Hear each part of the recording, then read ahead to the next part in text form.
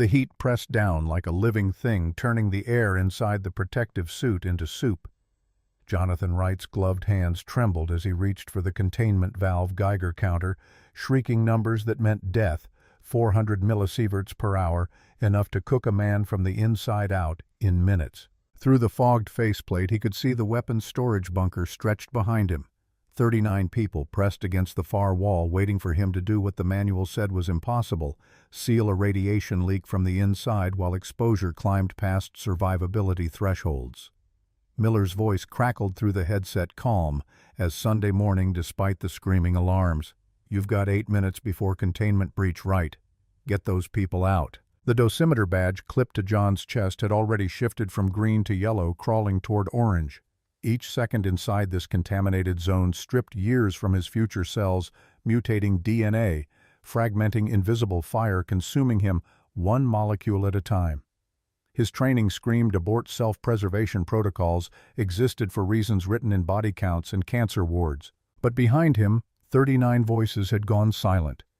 Breath-held lives balanced on whether one 25-year-old Air Force engineer could override every survival instinct hardwired into human biology. John's fingers found the manual override wheel. The metal burned through triple-layer gloves as he cranked counterclockwise muscles, screaming the wheel, fighting him with decades of rust and neglect. Sweat poured into his eyes, impossible to wipe through the helmet. The Geiger counter's pitch climbed higher, frantic, as readings spiked to 500 millisieverts lethal dose territory, the kind of exposure that guaranteed years of hospitals and hollow bones and watching your own body betray you piece by piece. The wheel gave. Containment door dropped with a hydraulic hiss, sealing the leak, and sealing John inside with it. The silence hit harder than the radiation. No more voices from the bunker. No more Miller on comms. Just John and the Geiger counter's death song, alone in a lead-lined coffin with invisible poison flooding his lungs. 2 minutes until the secondary team could breach from outside. 120 seconds. He'd absorbed enough radiation to kill him twice over if they didn't extract fast enough. His vision grayed at the edges. Then light blinding beautiful as Miller tore through the emergency access hatch with a plasma cutter, grabbed John's suit collar, and dragged him into clean air. John Wright's eyes snapped open in darkness, chest-heaving phantom heat still crawling across his skin. The bedroom ceiling of his Denver apartment stared back, water-stained and familiar. Nothing like the bunker walls burned into his memory. His hand moved automatically to his chest, searching for the dosimeter badge that hadn't existed there in 16 years. Sweat soaked through his shirt despite Colorado's mountain chills seeping through the cracked window frame. A small silhouette appeared in the doorway, backlit by the hallway nightlight. "You were yelling about the door again." Emma stood there in her astronaut pajamas, clutching Titan's collar. The German shepherd pressed against her leg. Brown eyes watchful, trained to recognize John's nightmares and wake the household before the screaming started.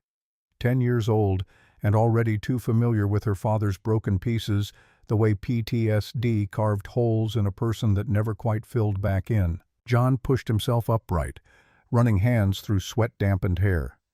"Sorry, sweetheart. Just dreams. Old stuff." The dosimeter phantom faded as reality reasserted itself. Bills stacked on the dresser, eviction notice tacked to the wall. Prescription bottles for medications they couldn't afford, lined up like small tombstones. 20 days until they lost the apartment. 12 days until Emma's asthma inhaler ran empty. 3 months since John's PTSD meds ran out, no refills authorized without insurance he didn't have. Emma crossed the room with Titan trailing, climbed into bed beside him. Small warmth against his side, anchored to the present. "Mom used to make the nightmares go away." The words landed like shrapnel. Rebecca's face flashed across John's mind, teaching chemistry to bored teenagers, laughing at some terrible pun, then hospital bed morphine dripped the cancer, eating her from inside, while John held her hand and pretended not to see how little time remained. 18 months gone, and Emma still reached for memories to fill the holes. "I know. I'm trying, Em." She didn't answer, just pressed closer, breathing evening out toward sleep. John stared at the ceiling until dawn filtered through cheap blinds, counting hours until the next disaster, the next bill, the next failure to provide the stability his daughter deserved.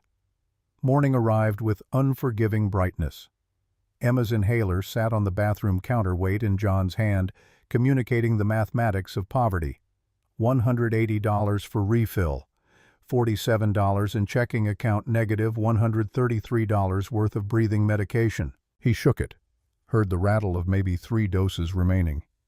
Enough for 3 days if Emma stayed calm, avoided exertion, didn't encounter any of the 1,000 environmental triggers that could send her into respiratory distress.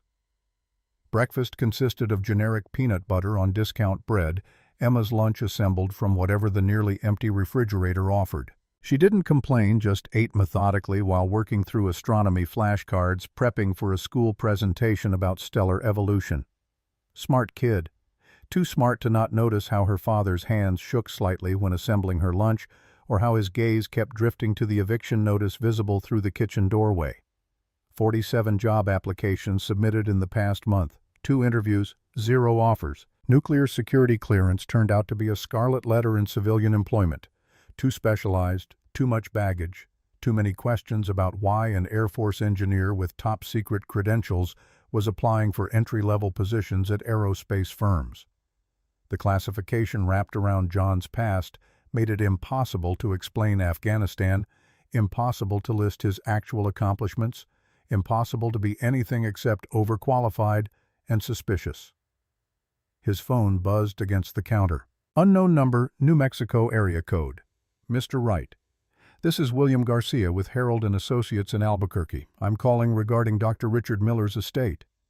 The name hit John like physical impact.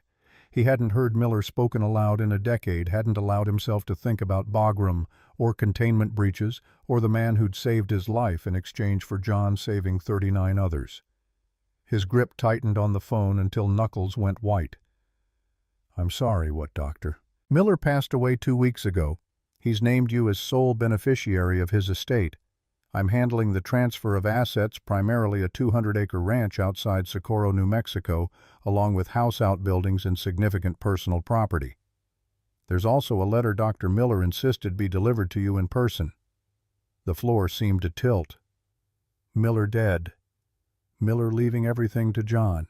Miller reaching across 16 years of silence to drop an inheritance into John's collapsing life, like some cosmic intervention timed precisely to the edge of disaster. Too convenient. Too perfect. Nothing good ever arrived without cost. Why me? We haven't spoken since 2015. Garcia's professional neutrality crackled through the line. I can't speak to Dr. Miller's reasoning.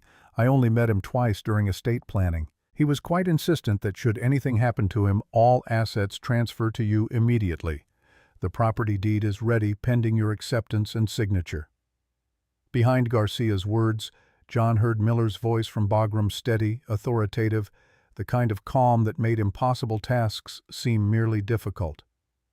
He thought of Emma's empty inhaler, the eviction notice, the slow starvation of poverty grinding them down.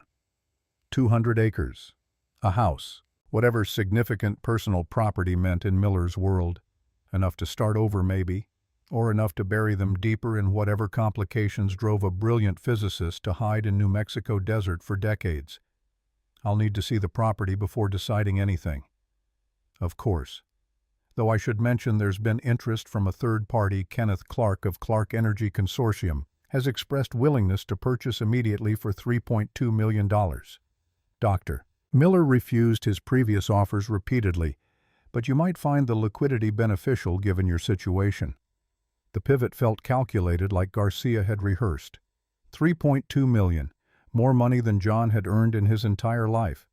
Enough to pay Emma's medical bills forever, buy a real home, escape the treadmill of poverty forever.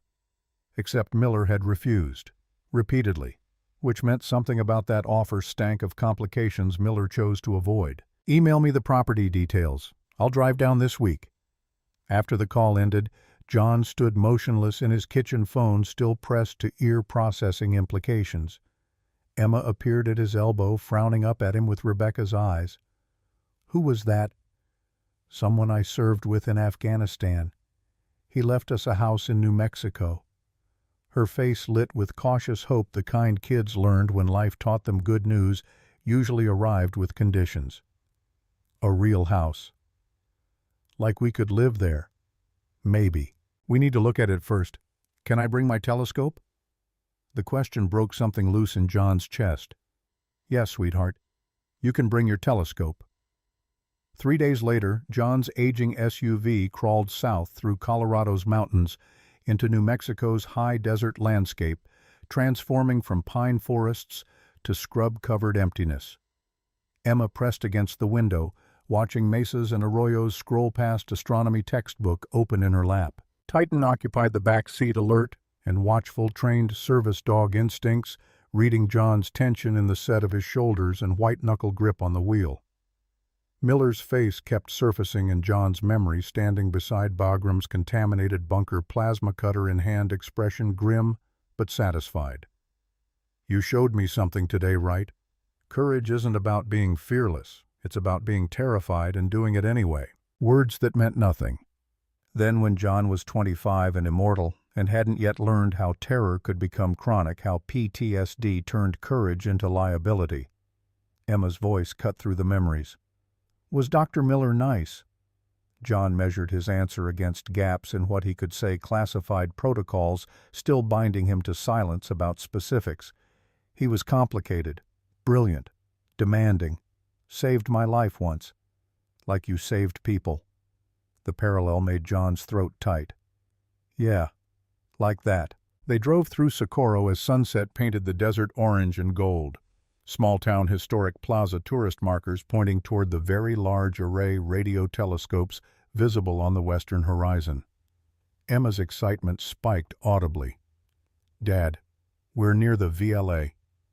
Can we visit?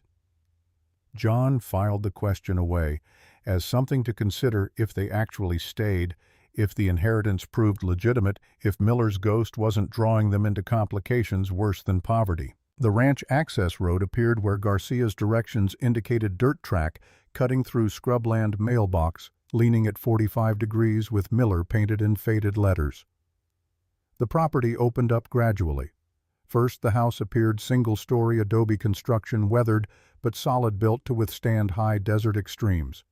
Then outbuildings, barn, workshop, and something else in the distance that looked like a small hill covered in vegetation, too symmetrical to be natural. 200 acres of emptiness stretched in all directions, bounded by fence posts and wire ending at distant ridgelines. Emma's door opened before John finished parking. This is ours. The wonder in her voice collided with John's suspicion. Nothing this good materialized without cost, without complications, without the kind of strings that strangled. But Emma was already running toward the house, Titan bounding beside her, both exploring their potential new home with uncomplicated joy. John followed slowly, keys Garcia had mailed gripped in his fist, waiting for the trap to spring. The interior matched Miller's personality, minimal, functional, organized past normal into obsessive. Desk and chair. Bookshelves packed with technical manuals. No decorations except a single framed photograph on the wall showing John and Miller at Bagram, younger and less broken, standing beside the containment bunker the day after the incident. John's breath caught. Miller had kept this photo displayed for 16 years. Had looked at it daily, maybe. A reminder of something, debt connection, the moment their lives tangled into obligation. Emma called from down the hall, voice echoing. Dad, there's a bedroom with a window facing those big radio dishes. Can this be my room? John found her standing in empty space, already envisioning furniture placement where her telescope would fit, how the view would look at night when stars emerged unobscured by city lights. Hope radiated from her in waves. Yeah, sweetheart. If we stay, that's your room. Titan settled beneath the window, assuming guard position automatically. The dog understood transitions, had weathered enough moves to recognize settling-in patterns. John left them exploring and returned to Miller's study. The bookshelves revealed a lifetime focused with laser precision. Nuclear physics, quantum mechanics, plasma dynamics. Classified Los Alamos reports with document numbers instead of titles. John's engineer brain cataloged familiar territory and anomalies. Miller had worked Los Alamos in the 80s and 90s. John knew that much from personnel files. But the classified reports dated through 2024, suggesting clearances and access extending long past official retirement. On the desk, one book sat open, Fusion Reactions, Cold Plasma Dynamics, with a bookmark holding a specific page. Handwriting in the margin caught John's attention. Miller's precise script, Achieved. Protocol 7, January 2024. Cold fusion. The holy grail every physicist chased, and none caught the theoretical impossibility that promised limitless clean energy if anyone could make atoms fuse at room temperature instead of stellar core conditions. Miller claiming achievement 4 months ago. John's training screamed skepticism. Cold fusion belonged to conspiracy theories and fraudulent claims, not legitimate physics.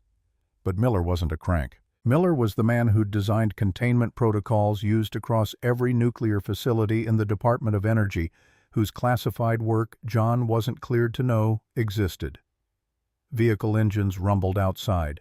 John moved to the window, watching a black Mercedes sedan pull into the dirt turnaround, followed by 2 SUVs. Professional vehicles too expensive for casual visits. 3 men in suits emerged from the SUVs, positioning themselves with the kind of spacing John recognized from security details. From the Mercedes came Kenneth Clark.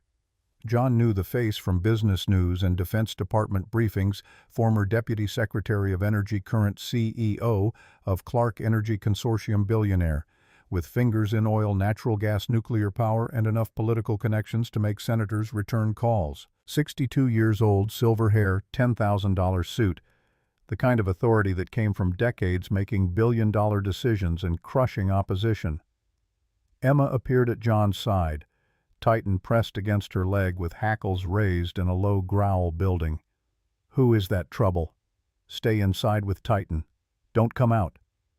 John intercepted Clark on the porch before he could approach the door. Close up, the man radiated calculated charisma, practiced smile, firm handshake, already extended body language, projecting friendly concern. "Mr. Wright, Kenneth Clark. I hope I'm not intruding on your first day here." John ignored the offered hand. "You're on private property." Clark's smile never wavered, but something behind his eyes adjusted, recalculating approach. "My apologies. I wanted to welcome you to New Mexico and introduce myself. I've been in contact with your attorney regarding a potential purchase." His gaze drifted past John toward the house, the barn, the distant hill that wasn't quite a hill. Assessing. Cataloging. John shifted position, blocking the view. $3.2 million, Mr. Wright. Cash transaction, close in 30 days. More than generous for 200 acres of high desert scrubland. The number hung between them, weight and promise and threat combined. John thought of Emma's empty inhaler eviction notice, the grinding poverty he could end with one signature. But Miller's face surfaced in his memory, refusing this exact offer repeatedly for reasons John didn't yet understand, but trusted existed. Not interested. Clark's expression flickered surprise, then calculation, then something harder beneath the polished exterior. "Mr. Wright, I understand you have a daughter. Medical expenses can be burdensome, especially without health insurance. My offer provides security, stability, freedom from financial pressure." The shift from friendly to threat arrived so smoothly, John almost missed it. But the mention of Emma, the specific knowledge of their medical situation, Garcia's earlier call pieces connecting into a picture of surveillance and pressure. Clark had researched them, knew their vulnerabilities, aimed precisely at the weakest points. John's voice went flat, empty of everything except controlled fury. "We're fine. You're leaving now." Clark produced a business card, movements unhurried. "Think it over carefully. The offer expires in 72 hours. After that, circumstances become more complicated." He turned toward Emma, visible through the window, meeting her eyes deliberately. "Beautiful daughter. I sincerely hope she stays healthy." The threat landed like a hammer. John moved before conscious thought, putting himself between Clark and the house hand, flexing toward a weapon that wasn't there. Clark's security detail, tensed hands drifting toward jacket bulges. The moment balanced on a knife edge between violence and restraint. Clark broke first smile returning as he stepped back toward his Mercedes. 72 hours, Mr. Wright. Think about your priorities. The vehicles departed in dust clouds. John stood frozen until engine sounds faded, then returned inside to find Emma pressed against the wall, Titan positioned protectively in front of her. I didn't like that man, Dad. John knelt, pulling her into a hug that felt inadequate against the scope of danger he'd just invited into their lives. Me neither, sweetheart. But he's gone now. Except he wasn't gone, not really. Men like Kenneth Clark didn't make threats and walk away. They applied pressure systematically until targets broke or disappeared. And the fact Clark wanted this specific property badly enough to threaten a 10-year-old girl meant something on these 200 acres mattered more than land value or resort development. John waited until Emma settled into bed before opening Miller's letter. The envelope had been waiting in Garcia's property packet sealed with old-fashioned wax marked personal, Jonathan Wright only. Inside 3 pages of Miller's precise handwriting, Jonathan, if you're reading this, I'm gone and you made the right choice accepting my estate. This ranch belongs with you, the only person who'll understand what's buried here. You're wondering why you... 2 reasons. First, you saved 39 lives in Bagram by risking your own. Debts like that don't expire, though. I know you never considered it debt. Second, you're the only nuclear engineer I trust with what I built. The hill, 400 yards northwest of the house, isn't a hill. It's a decommissioned Nike missile silo from 1962, part of the air defense network they built during the Cold War and abandoned when technology moved on. I bought this property in '95 specifically for that silo. Inside is my life's work, a functioning cold fusion reactor. Not theoretical, not experimental. Functioning. 400 kilowatts continuous output. 0 radiation. 0 radioactive waste. 0 carbon emissions. I know what you're thinking. Cold fusion is impossible.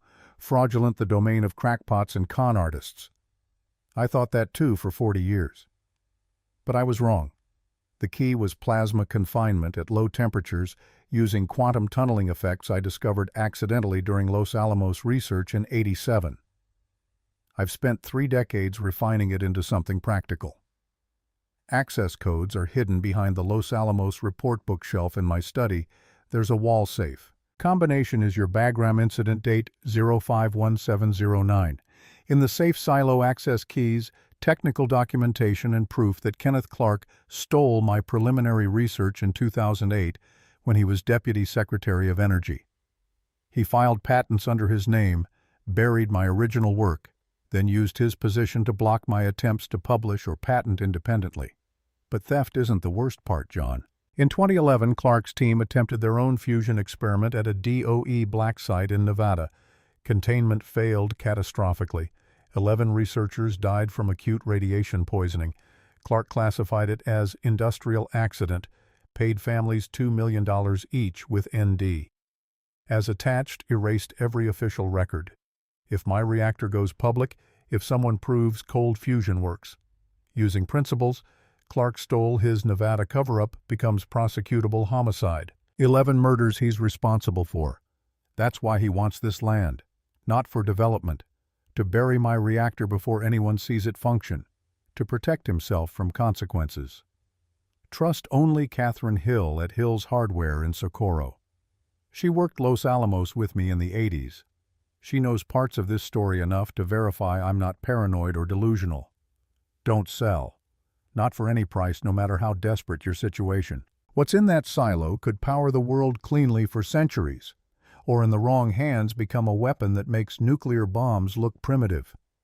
The future is in your hands, John. Literally. Watch your back. Clark doesn't just want my work erased. He's proven he'll kill to protect his secrets. Courage isn't about being fearless. You taught me that in Bagram. Now I'm asking you to be terrified and act anyway one more time. Richard Miller. John read the letter 3 times each pass, adding weight to implications. Cold fusion reactor. 11 dead researchers. Kenneth Clark as murderer, not just corrupt official. Miller believing enough in John to stake humanity's energy future on one damaged engineer with PTSD and a daughter to protect. He moved to the window staring at the hill 400 yards northwest. Not a hill, a missile silo, containing either the most important invention in human history or the delusions of a brilliant man who'd spent too many years alone in the desert. Either way, Clark's threat suddenly made terrible sense. 3.2 million to bury evidence 72 hours before complications began. Titan appeared at John's side, whining softly, then moved to the window and focused on the silo with ears forward and body tense. The dog sensed something out there, something significant enough to trigger alert behaviors.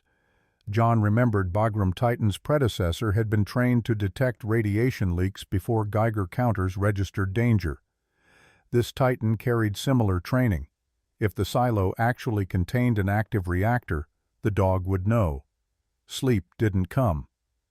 John spent the night cataloging options, running calculations, measuring daughter's safety against dead physicists' trust. By dawn, decision crystallized.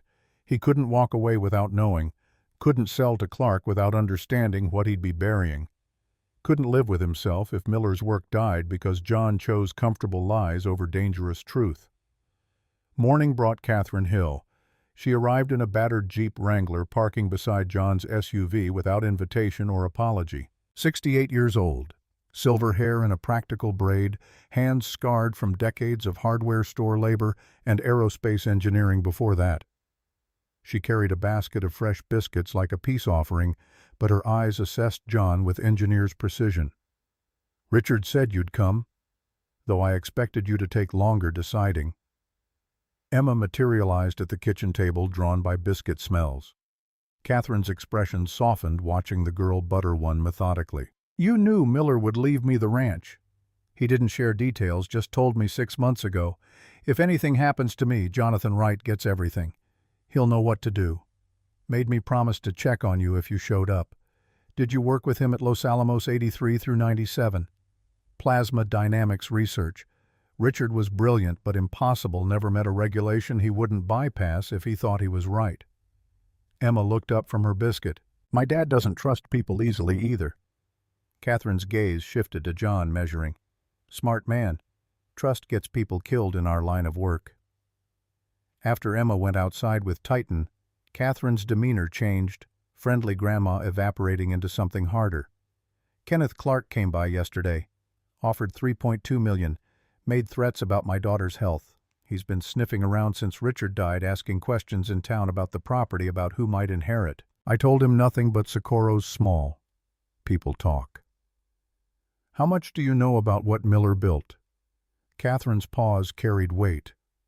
"I know he achieved something everyone said was impossible. I know Clark wants it buried. I know Richard trusted you enough to risk everything on you making the right choice." John showed her Miller's letter, watching her face harden, reading about Nevada, the 11 dead researchers. "I knew 3 of those people. Good scientists. Families got payoffs, and N. Diaz told it was equipment failure. We suspected cover-up but couldn't prove anything." She looked up from the letter, eyes fierce. "Clark's not just protecting patents, John. He's protecting himself from murder charges. If Richard's reactor works, if it proves fusion using principles Clark stole, the Nevada investigation reopens.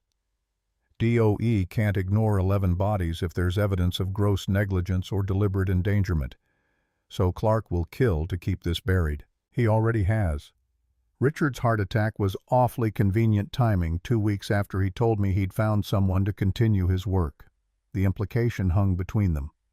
John thought of Emma asthma inhaler 72 hours before Clark's deadline expired and complications began.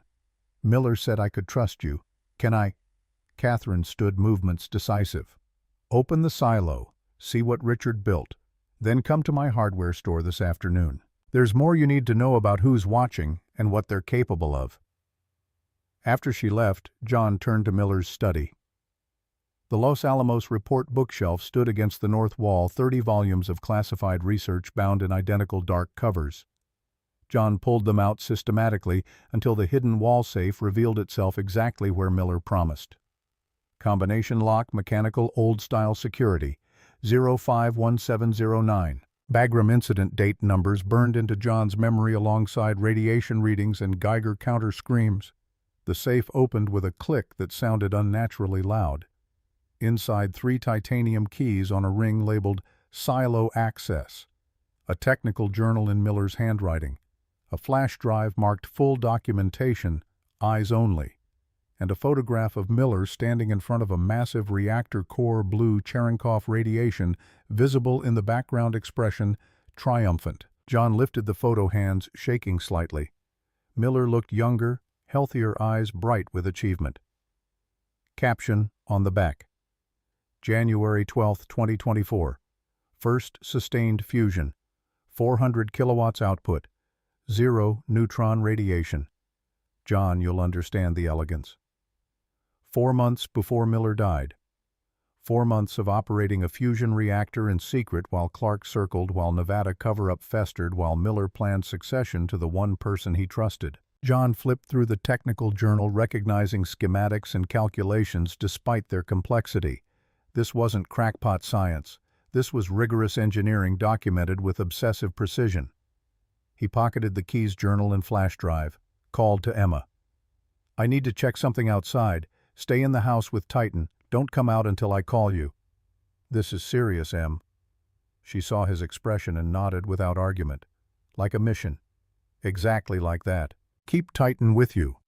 The walk to the silo took 5 minutes across scrubland desert heat building toward midday intensity.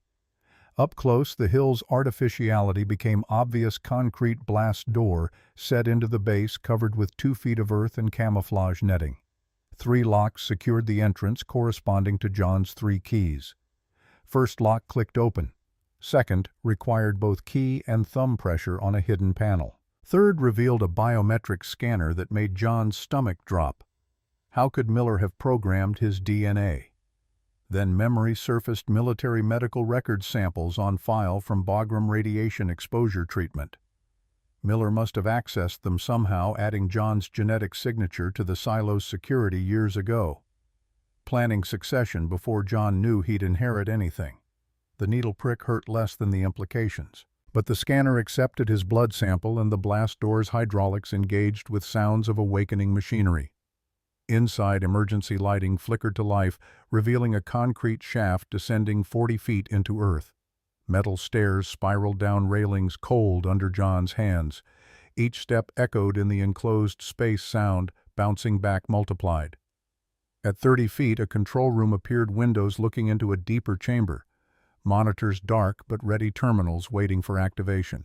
The reactor itself occupied the lowest level. John descended the final stairs into a circular chamber 40 feet across and 20 high. In the center stood Miller's life work, a tokamak-style fusion core 12 feet in diameter and 8 tall, surrounded by superconducting electromagnetic coils that would create the magnetic bottle for plasma confinement. The containment chamber sat dark and dormant, but even inactive.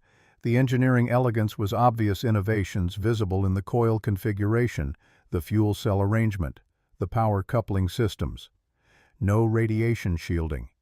Because cold fusion produced no neutron radiation, no radioactive byproducts, nothing requiring the lead walls and containment vessels that made traditional fusion plants impossibly expensive. If this worked, if Miller had actually achieved sustained fusion, the reactor John stood beside represented the most significant energy breakthrough in human history. Battery arrays lined one wall, Tesla power walls, commercial grade, enough storage for days of output. Power conduits ran upward, presumably feeding the house and workshop above. Everything maintained meticulously, cables labeled, systems organized with military precision. John moved to the control terminal and pressed the power button.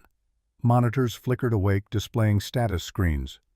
Reactor status: standby, last operation. January 28, 2025. Operational hours: 14,732.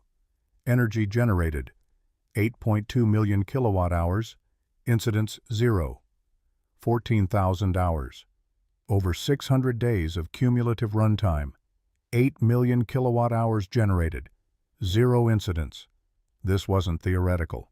Miller had been running continuous operations for nearly 2 years. John's engineering brain raced through implications. 400 kilowatts output meant enough power for 300 typical homes.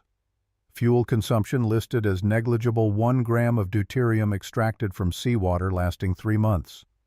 Scaled-up reactors like this could replace every coal plant in America, could provide clean electricity to developing nations, could eliminate carbon emissions from power generation entirely. And Kenneth Clark would kill to keep it buried because proving it worked meant admitting he'd stolen the underlying research and murdered 11 people trying to replicate it badly. A video file icon blinked on the screen. John hesitated, then clicked. Miller's face appeared recorded weeks before death based on the timestamp.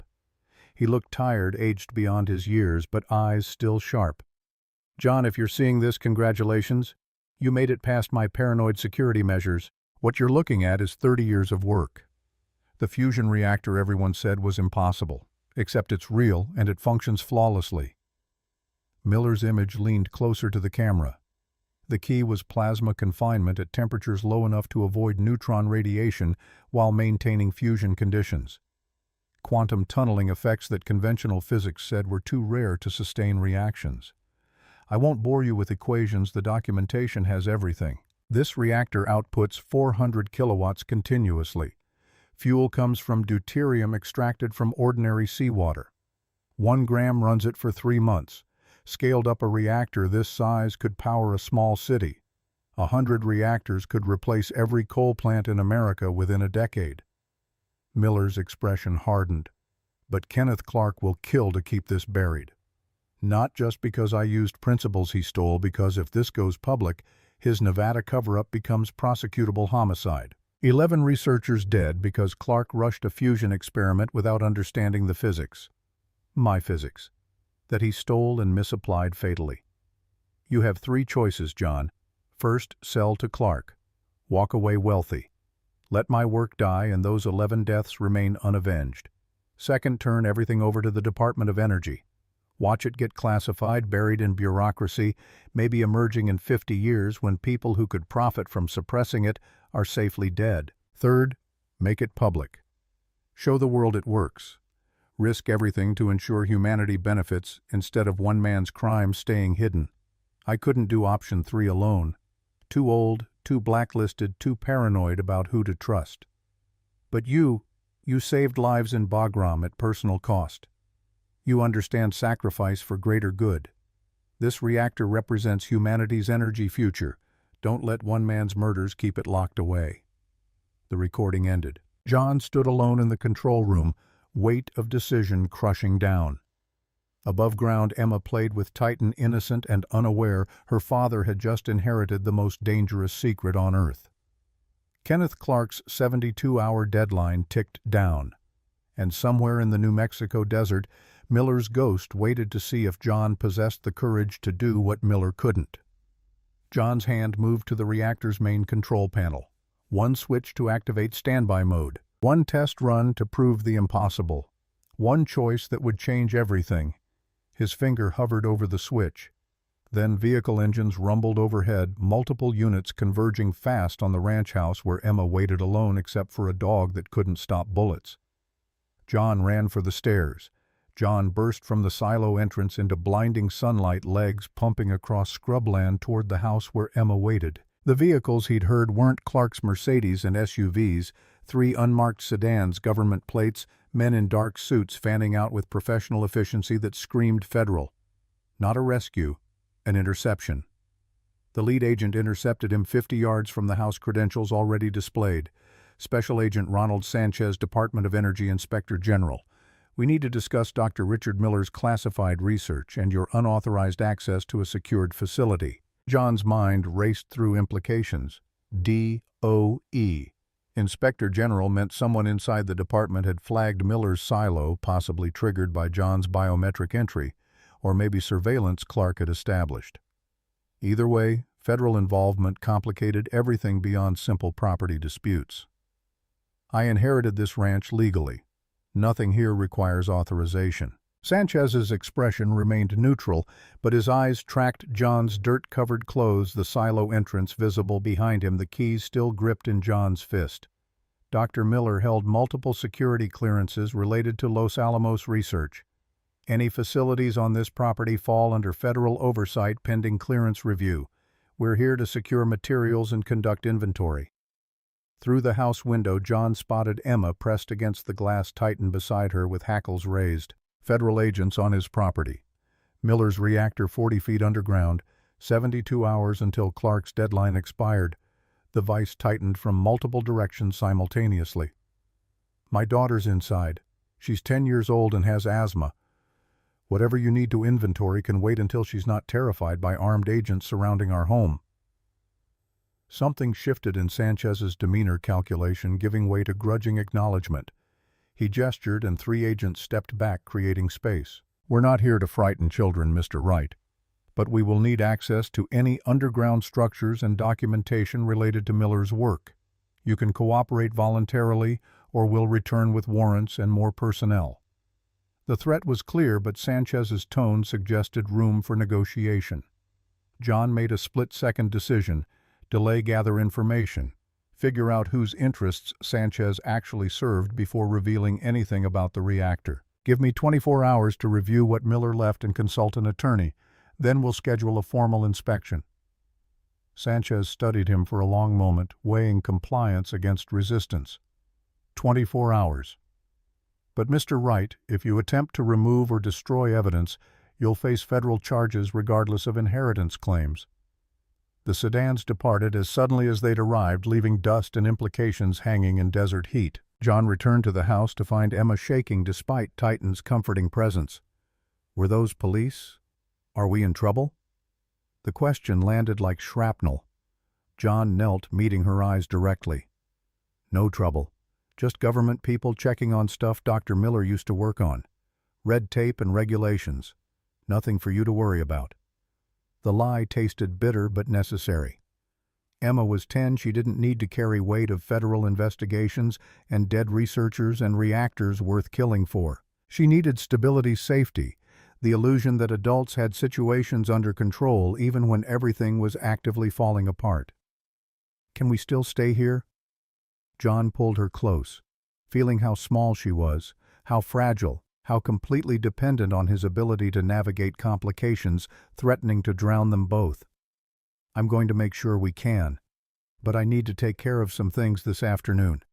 Catherine, the lady who brought biscuits, invited us to visit her hardware store. You can look at their camping section while I talk to her about boring adult stuff. Emma's expression suggested she recognized deflection but chose to accept it. Smart kid. Too smart to fully deceive, but young enough to pretend ignorance felt safer than confronting truth.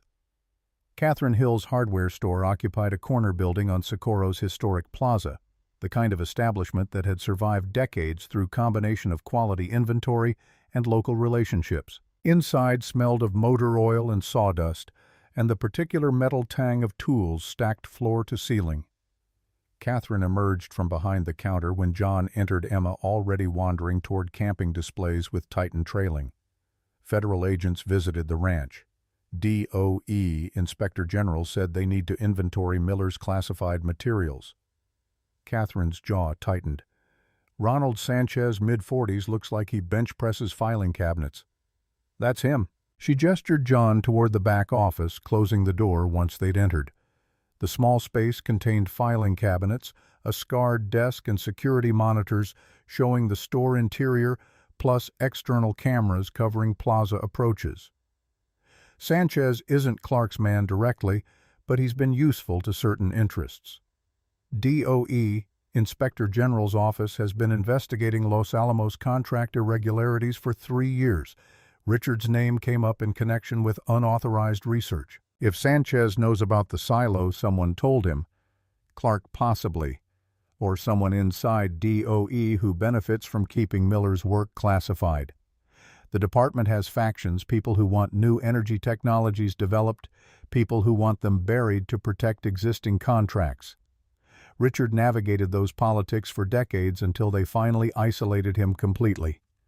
Catherine pulled a folder from her desk, spreading documents across the surface. Photographs of Kenneth Clark at Defense Department functions memos about Los Alamos security reviews, redacted reports about the Nevada incident.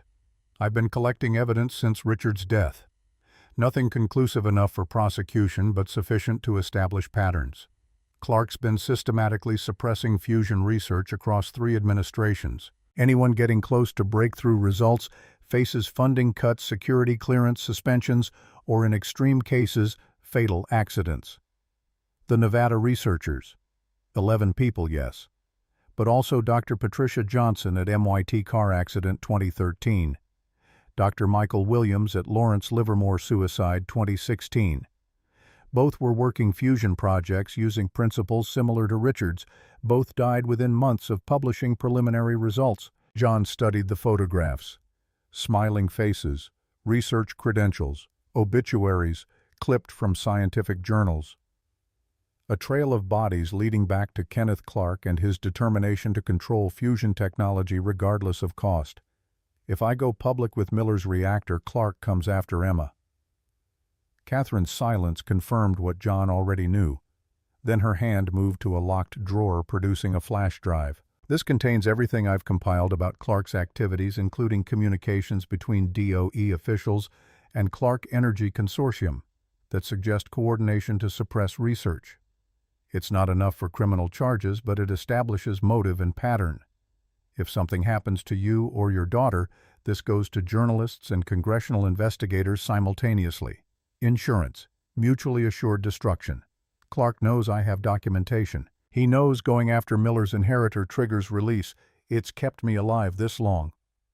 John pocketed the drive, understanding the weight of what Catherine had just shared.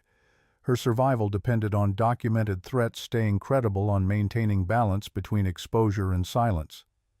By accepting her insurance, John joined that precarious equilibrium. There's something else you should know. The reactor works. I activated the control terminal, saw the operational logs. Miller ran it for over 600 days continuously. 400 kilowatts output, 0 incidents. Catherine's expression shifted through surprise to something approaching awe. He actually achieved sustained fusion. All these years I thought he was close, but still theoretical. You're saying it's functional, completely. And if the DOE inventories the silo, they'll classify it immediately.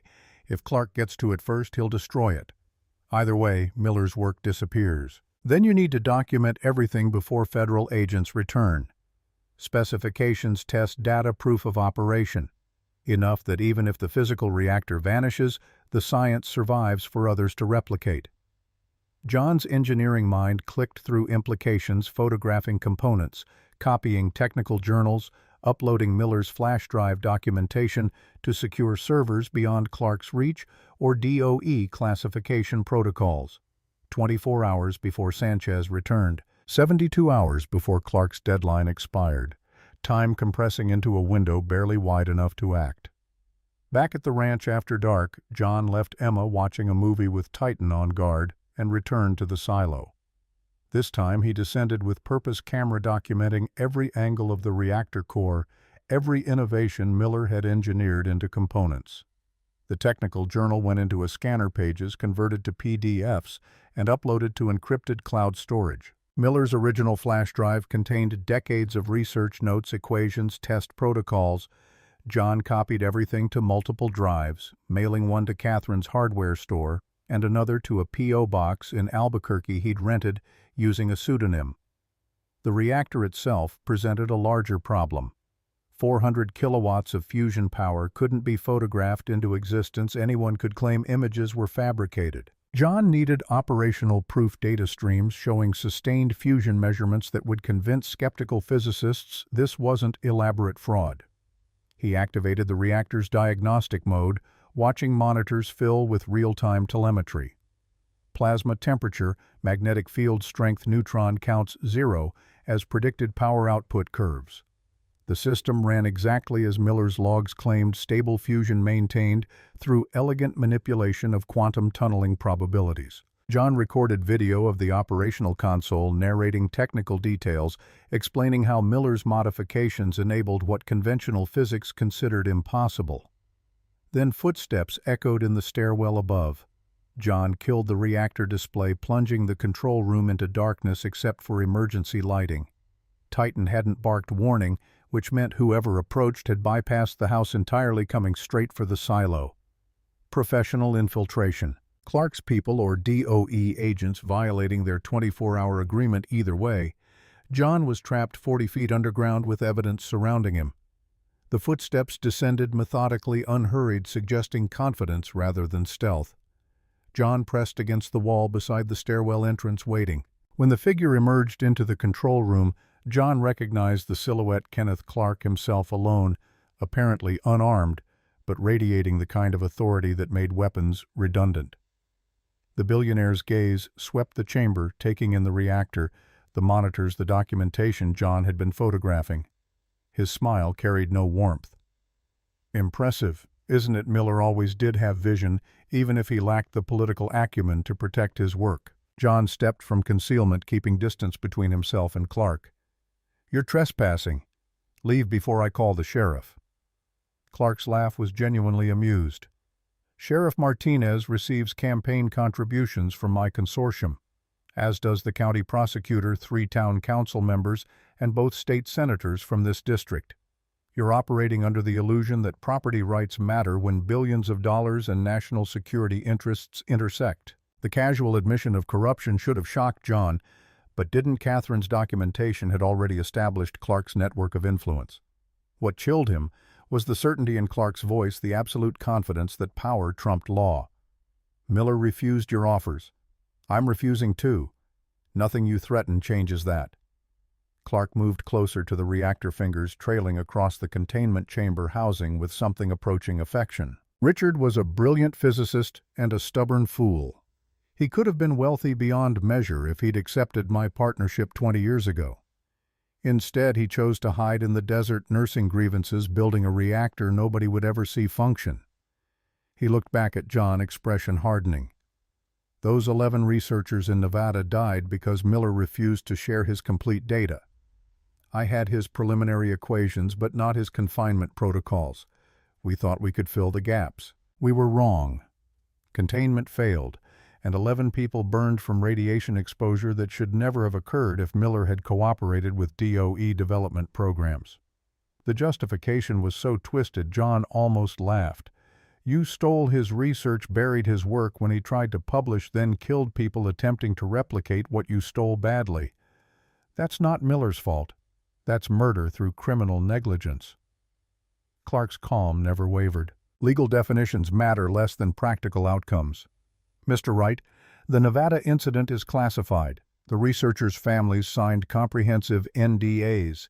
No evidence exists outside sealed archives only 5 people can access, and I'm one of them. Meanwhile, you're standing in an unauthorized nuclear facility with stolen classified data, facing federal charges that will separate you from your daughter for decades." The shift from philosophical to personal threat arrived smoothly. "I'm offering one final opportunity, John. May I call you John? Sell me this property. Take the $3.2 million. Relocate somewhere with excellent medical facilities for Emma's asthma. I'll ensure all federal investigations conclude that Miller operated this silo without your knowledge, and you cooperated fully once informed. And if I refuse?" Clark's smile returned colder than before. "Then tomorrow morning the DOE Inspector General receives an anonymous tip about unauthorized weapons-grade materials in your possession. Your daughter goes into state custody while you await trial.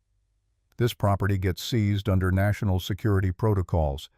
The reactor gets dismantled and classified, and in 6 months nobody remembers either Miller's work or your futile attempt to protect it." The scenario was plausible enough to terrify John's. Security clearance and nuclear background would make weapons charges credible. Emma's custody, vulnerable, the legal machinery grinding him down before truth emerged. If it ever did. Men like Clark didn't make threats they couldn't execute.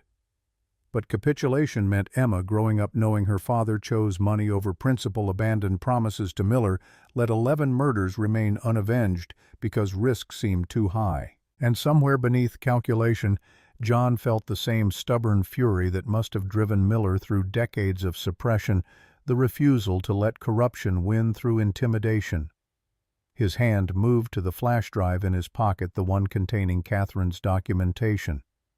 "I know about the Nevada incident. I have evidence linking you to those deaths. If anything happens to me or Emma, it goes to journalists and congressional investigators. We're both holding loaded guns, Clark. Difference is I don't mind pulling the trigger." Clark's expression flickered surprise, then reassessment, then grudging respect. "Catherine Hill's insurance. I should have anticipated she'd share it. Though you're bluffing about releasing. You have a daughter to protect. You won't risk her safety for abstract principles about dead researchers and energy policy." The assumption felt like a trap, but John couldn't fully deny it. Emma's well-being outweighed everything Miller's legacy fusion-power justice for Nevada's victims. If protecting her meant capitulation, he'd capitulate, but surrender now meant permanent vulnerability. Clark holding threats over them indefinitely. "Get off my property." Clark moved toward the stairs, pausing at the entrance. 72 hours expires tomorrow at noon. After that, consequences accelerate beyond my control or yours. Think about what matters most, John. Not fusion reactors or dead physicists. What matters is the 10-year-old girl upstairs who needs her father alive and free. The words landed precisely where intended, exposing the vulnerability John couldn't armor against Emma's absolute dependence on his survival and judgment. Clark climbed the stairs and disappeared, leaving John alone with the reactor and impossible choices. Back in the house, John found Emma asleep on the couch with Titan stretched across her legs. He carried her to bed, tucking blankets around small shoulders, studying her peaceful face in moonlight filtering through windows. Rebecca's cheekbones, John's stubborn chin, her own unique blend of intelligence and vulnerability. Everything worth protecting. Everything Clark would leverage to force compliance. His phone buzzed text from unknown number, Special Agent Stephen Taylor, NSA. "We should talk about Kenneth Clark and what you inherited. Tonight. Alone." Followed by coordinates for a location 10 miles outside Socorro. John stared at the message, paranoia spiking. NSA involvement suggested surveillance beyond DOE jurisdiction, possibly monitoring Clark's activities or Miller's classified work. But meeting unknown federal agents alone after midnight felt like walking into an ambush. The message could be legitimate or another pressure tactic, genuine offer of protection or elaborate trap. He texted Catherine. "Got contact from NSA agent named Stephen Taylor wanting to meet. Legit." Her response came immediately. "Don't know him. Could be Clark's people spoofing credentials. Don't go alone. Don't go at all." Sound advice. But if Taylor was legitimate, refusing contact meant losing potential federal ally against Clark's influence. John made a decision that terrified and compelled him equally. He'd go to the meeting but take precautions Clark's people wouldn't expect. He woke Emma gently. "Sweetheart, I need you to do something very important. Get dressed and pack a bag. Just clothes and your telescope. We're going to Catherine's house for tonight." Emma's eyes snapped, fully alert, reading danger in John's urgency despite his attempts at calm. "Why? What's happening?" "Some adult complications I need to handle. You'll be safer with Catherine than here. It's just for tonight, maybe tomorrow. Then we'll figure out what comes next." "Are we running away?" The question cut deep because it approached truth too closely. "No. We're being smart and careful. There's a difference." 20 minutes later, John delivered Emma and Titan to Catherine's house behind the hardware store. The older woman asked no questions, just accepted the frightened girl and protective dog with practiced competence. "How long?" 24 hours, maybe less. "If something happens to me if I don't contact you by tomorrow noon, take her to Sheriff Martinez. Show him your documentation on Clark. Make enough noise that federal investigators can't ignore it." Catherine's expression suggested she understood the implications. "You're meeting Taylor. If he's real. If he's not, at least Emma's safe and you know where to start looking for my body." The gallows humor didn't land. Catherine gripped John's shoulder with surprising strength. "Richard chose you because you were brave enough to save lives at personal cost. Don't prove him wrong by getting yourself killed before his work reaches people who can protect it." John drove to the coordinates Taylor provided, abandoned airstrip 20 miles into desert, far enough from civilization that gunshots wouldn't draw attention. His every instinct screamed trap, but he'd come too far to retreat now. Miller's reactor, Clark's threats. 11 dead researchers, the weight of it all demanded action, even when action meant walking into potential ambush. A single black sedan waited at the airstrip's edge. Headlights off, engines silent. John parked 50 yards away, driver's door open for quick escape, and stepped into open ground illuminated only by stars and sliver moon. A figure emerged from the sedan, mid-40s athletic build, wearing jeans and windbreaker rather than suit. Hands visible and empty. Professional, but attempting to project accessibility rather than authority. Jonathan Wright. I appreciate you coming. I know this setup screams trap. The candor was disarming, probably intentionally so. Your NSA out here alone without backup? The man presumably. Taylor smiled slightly. I'm here alone because if I'd brought a team you wouldn't have shown. And I'm NSA but not on official business tonight. This conversation is entirely off book, which makes it more or less trustworthy than official channels. Taylor's smile widened. Depends whether you trust official channels. Kenneth Clark has friends in DOE Defense Department and congressional oversight committees. Official channels leak to him within hours. Off-book conversations stay quiet long enough to matter. John measured the response against paranoia and desperation. Taylor could be legitimate, offering unofficial protection NSA bureaucracy wouldn't authorize. Or elaborate deception, Clark's people establishing credibility before springing a trap. Prove you're who you claim. Taylor produced credentials, NSA badge ID card with photo and security clearance markings. John photographed both with his phone, texted them to Catherine with instructions to verify. Her response came 90 seconds later. ID checks out. Stephen Taylor, Counterintelligence Division. Be careful anyway. What does NSA want with Miller's reactor? Taylor leaned against his sedan posture, deliberately non-threatening. We've been monitoring Kenneth Clark for 18 months as part of corruption investigation targeting defense contractors. His pattern of suppressing fusion research raised flags too systematic to be coincidence, too profitable to be legitimate security concerns. When Miller died and you inherited, we flagged it as potential inflection point. You've been surveilling the ranch, observing. There's a difference. We know Clark visited yesterday and made threats. We know DOE Inspector General plans to seize Miller's materials tomorrow. We know you have roughly 12 hours before multiple federal agencies converge and the reactor disappears into classification. Then why are you here instead of official channels? Because officially my agency doesn't care about fusion reactors. We handle counterintelligence and cybersecurity. But unofficially, several of us believe Clark's suppression of fusion research constitutes economic espionage on behalf of foreign oil interests. We can't prove it yet, but Miller's documentation might provide evidence. John absorbed implications. If Taylor was legitimate, NSA could offer protection, DOE and FBI wouldn't. If he was Clark's plant, this entire conversation was being recorded to establish John's intent to collaborate with federal agents, making him vulnerable to obstruction charges. What are you proposing? Taylor straightened intensity, replacing casual demeanor. Give me Miller's complete technical documentation, everything proving the reactor works. I'll ensure it reaches physicists and engineers outside Clark's influence network.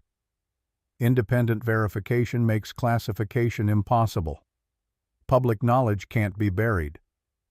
And in exchange, NSA protection for you and Emma while Clark's corruption investigation proceeds.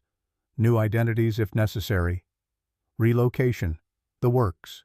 The offer sounded too good, too convenient, exactly the kind of solution John desperately wanted to believe in, which made it suspect. How do I know you're not Clark's man? Taylor's jaw tightened. You don't. That's the nature of trust in situations like this. But consider if I worked for Clark, he'd have already seized the documentation forcibly instead of negotiating. The fact I'm here making offers suggests I need your voluntary cooperation for reasons that benefit you. Unless this whole meeting is establishing pretext for claiming I willingly collaborated before I'm arrested tomorrow. The paranoia felt justified but exhausting. John had been measuring motives and calculating betrayals for days, the constant vigilance grinding him down. At some point he'd have to trust someone or remain paralyzed by suspicion until Clark's deadline expired and choices evaporated. I need verification. Proof you can actually protect Emma and me, not just promises that vanish when convenient. Taylor nodded slowly. Fair.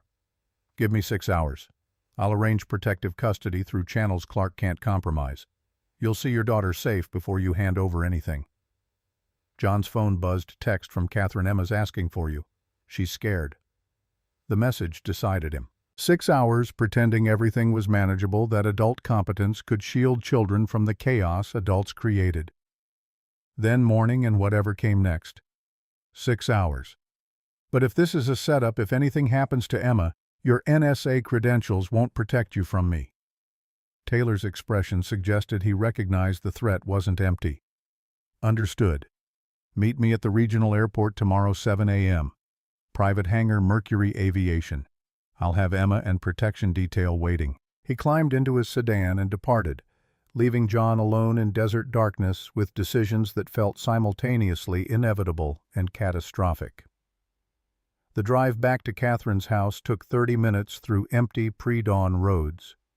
Socorro slept peacefully, ignorant of fusion reactors and dead researchers and the violent intersection of energy policy and human greed. John found Catherine awake in her kitchen, Emma asleep upstairs with Titan on guard. Taylor wants to meet at the airport, says he'll have protection arranged. Catherine poured coffee without asking, sliding the mug across to John. You believe him? I believe he's offering what I need when I need it, which makes me automatically suspicious. But the alternative is waiting for DOE agents and Clark's deadline with no plan except hoping for the best. Hope isn't strategy. No. But neither is paranoia that prevents action. Catherine studied him over the rim of her own mug. Richard spent 20 years being paranoid.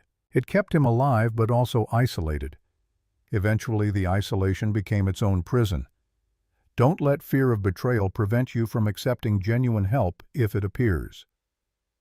The advice resonated with John's exhaustion, the grinding weight of single parenthood and poverty, and now Miller's inheritance, all compressing into a burden he couldn't carry alone much longer. Taylor could be trap or salvation. Either way, continuing solo meant eventual failure. He slept fitfully on Catherine's couch for 3 hours, dreams mixing Bagram's radiation leak with Clark's cold certainty and Emma's frightened eyes. When dawn broke, Catherine woke him with news. DOE. Inspector General's office had called requesting access to the ranch by 9 a.m. The 24 hours had evaporated faster than promised. I need to get Emma to the airport by 7. Can you come as witness? Catherine nodded. I'll drive separately. If this is a trap, someone needs to report it. They woke Emma together, John explaining through careful omissions that they were meeting someone who might help keep the ranch safe. Emma's expression suggested she understood more than John revealed, but accepted the fiction that adults had situations controlled. The drive to Socorro Regional Airport consumed 20 silent minutes.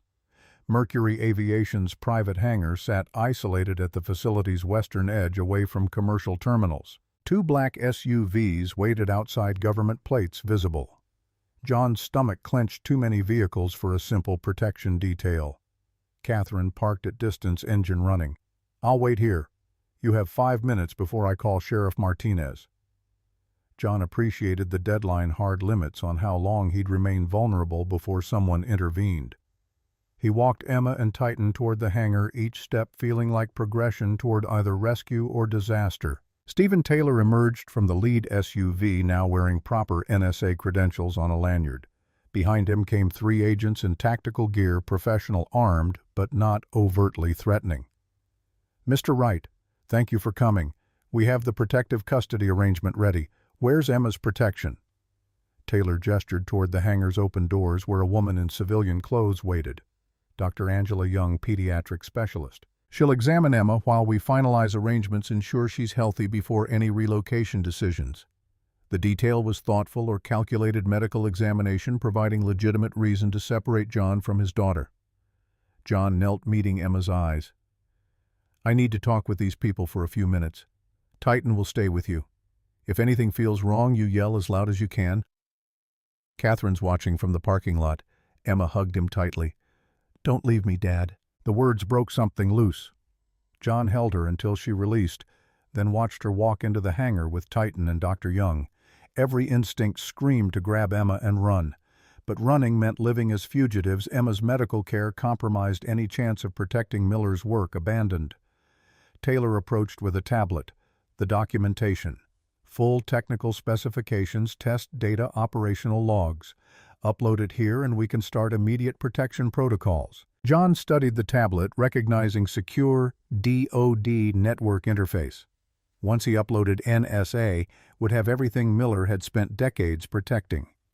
Taylor could be a legitimate ally, or this entire setup existed to acquire documentation before DOE could classify it, giving Clark's network access through compromised NSA channels. "I need authentication first. Prove you're actually authorized to offer protection." Taylor's expression tightened, impatience breaking through professional calm. "We're operating on extremely tight timeline, Mr. Wright. DOE agents are 20 minutes from your ranch. Clark has assets converging on this airport. Upload now or lose the chance." The pressure felt wrong, too urgent, too much emphasis on immediate compliance without verification. John's Bagram training kicked in, the instinct that had kept him alive when protocols said seal the door and trap himself with lethal radiation. Sometimes following procedures meant death. Sometimes survival required trusting gut over hierarchy. He stepped back from the tablet. "I want to see my daughter before uploading anything." Taylor's mask slipped entirely, frustration replacing careful negotiation. That wasn't the arrangement. There was no arrangement. You offered protection in exchange for documentation. I'm verifying protection exists before providing documentation. Show me Emma's safe or this conversation ends. For a long moment, Taylor measured John with calculation that confirmed every suspicion. Then he gestured to the agents who'd positioned themselves strategically around John while he'd been focused on Emma's location. "We tried this the easy way. Mr. Wright, you're being detained for questioning regarding unauthorized possession of classified materials. Cooperate, and your daughter remains unharmed in state custody. Resist and complications escalate rapidly." John's hands curled to fists as realization crashed down. This was the trap. Taylor was Clark's man. Emma was already in custody unless Catherine intervened. Then Emma's scream cut through morning air, pure terror, the sound every parent's nightmare. John lunged toward the hangar, but agents blocked him, hands gripping arms, professional restraint technique preventing movement. Taylor smiled without warmth. "I suggest cooperation, Mr. Wright, for everyone's sake." Emma's scream cut off abruptly, not silenced by violence, but shocked into silence by something John couldn't see from his position, blocked by Taylor's agents. Then Catherine's voice rang out across the tarmac, sharp and commanding. "Federal agents, identify yourselves. I'm recording this encounter and transmitting live to multiple recipients, including the FBI field office in Albuquerque." The agents restraining John hesitated, professional discipline cracking as Catherine emerged from her Jeep holding a phone high, its camera clearly focused on the hangar and the men surrounding John. Taylor's expression shifted through calculation toward damage control. "Ma'am, step back. This is official DOE business." Catherine didn't stop, advancing, phone steady. "Then you won't mind explaining why NSA credentials are being used in a Department of Energy operation, or why you're detaining a civilian and his 10-year-old daughter without warrant or legal representation present." The pressure on John's arms loosened fractionally. He wrenched free, sprinting toward the hangar before Taylor could react. Inside, Emma pressed against the far wall with Titan positioned protectively in front, hackles raised and teeth bared at Dr. Young, who stood frozen with a syringe in hand, clearly intended for sedation, before Catherine's interruption. John's vision went red. He grabbed Young's wrist, twisting until the syringe dropped and clattered across concrete. His voice emerged barely human. "You were going to drug my daughter." Young's composure shattered. Standard protocol for minors in protective custody. John shoved her backward hard enough that she stumbled. Titan's growl deepened, the dog reading John's fury and mirroring it. Emma ran to her father, small body shaking with terror and relief combined. Behind them, Catherine continued her recording, narrating for whoever was receiving the live stream. For the record, I'm witnessing what appears to be attempted kidnapping of a minor child using falsified federal credentials. The supposed NSA agent threatened the father, and a woman identified as a doctor was preparing to administer unknown substances to a 10-year-old girl. Taylor appeared in the hangar entrance, all pretense of authority abandoned for naked calculation. His hand moved toward his jacket, reaching for a weapon or communication device, John couldn't tell which. But before Taylor could draw anything new, vehicles screamed into the airport perimeter, actual marked FBI units, lights flashing, agents deploying with rifles raised. A woman in FBI windbreaker emerged from the lead vehicle, credentials already displayed. Special Agent Melissa Thompson, FBI Albuquerque. Everyone on the ground, hands visible. The command was directed at Taylor's team, not John. Taylor's hand froze mid-reach as 6 FBI rifles zeroed on him and his supposed NSA agents. His expression suggested he was rapidly reassessing every calculation that had led to this moment. Catherine lowered her phone, finally satisfied smile visible. I texted the FBI 20 minutes ago when this setup started smelling wrong. Also copied the video to my attorney, the ACLU, and 3 journalists I trust. Whatever happens next, there's a record. Agent Thompson approached John, Emma, and Titan with careful neutrality. Mr. Wright, we need to sort out what's happening here. Are you and your daughter safe? John's grip on Emma tightened. We are now. These people tried to abduct her under false pretenses. Thompson's gaze swung to Taylor, hard and assessing. NSA credentials in a DOE matter. Dr. Young from Behavioral Health Services for Children, except BHSC doesn't do fieldwork. And 3 operatives with equipment manifests that don't match any federal inventory I can access. Taylor's jaw clenched, but he remained silent, clearly calculating whether cooperation or obstruction served his interests better. Thompson continued, addressing John directly. We received a tip 2 hours ago that Kenneth Clark's people were planning an operation to seize classified materials using falsified credentials. The timing of Catherine Hill's call confirmed it. These individuals are being detained pending identity verification. Relief and exhaustion crashed over John simultaneously. The trap had sprung, but Catherine's paranoia and FBI intervention had prevented it from closing. Emma was safe. The documentation remained secure. But Clark's reach had been exposed as extending even into federal agencies, or at least into people willing to impersonate them. As FBI agents searched Taylor and his team, confiscating phones and tablets, Thompson guided John and Emma to a separate vehicle. We need your statement about what happened here. But first I should inform you there's a situation developing at your ranch. DOE. Inspector General showed up with a team to inventory Dr. Miller's materials. They're attempting to access the underground facility, but our technical people say the silo's security system activated some kind of lockdown protocol. John's stomach dropped.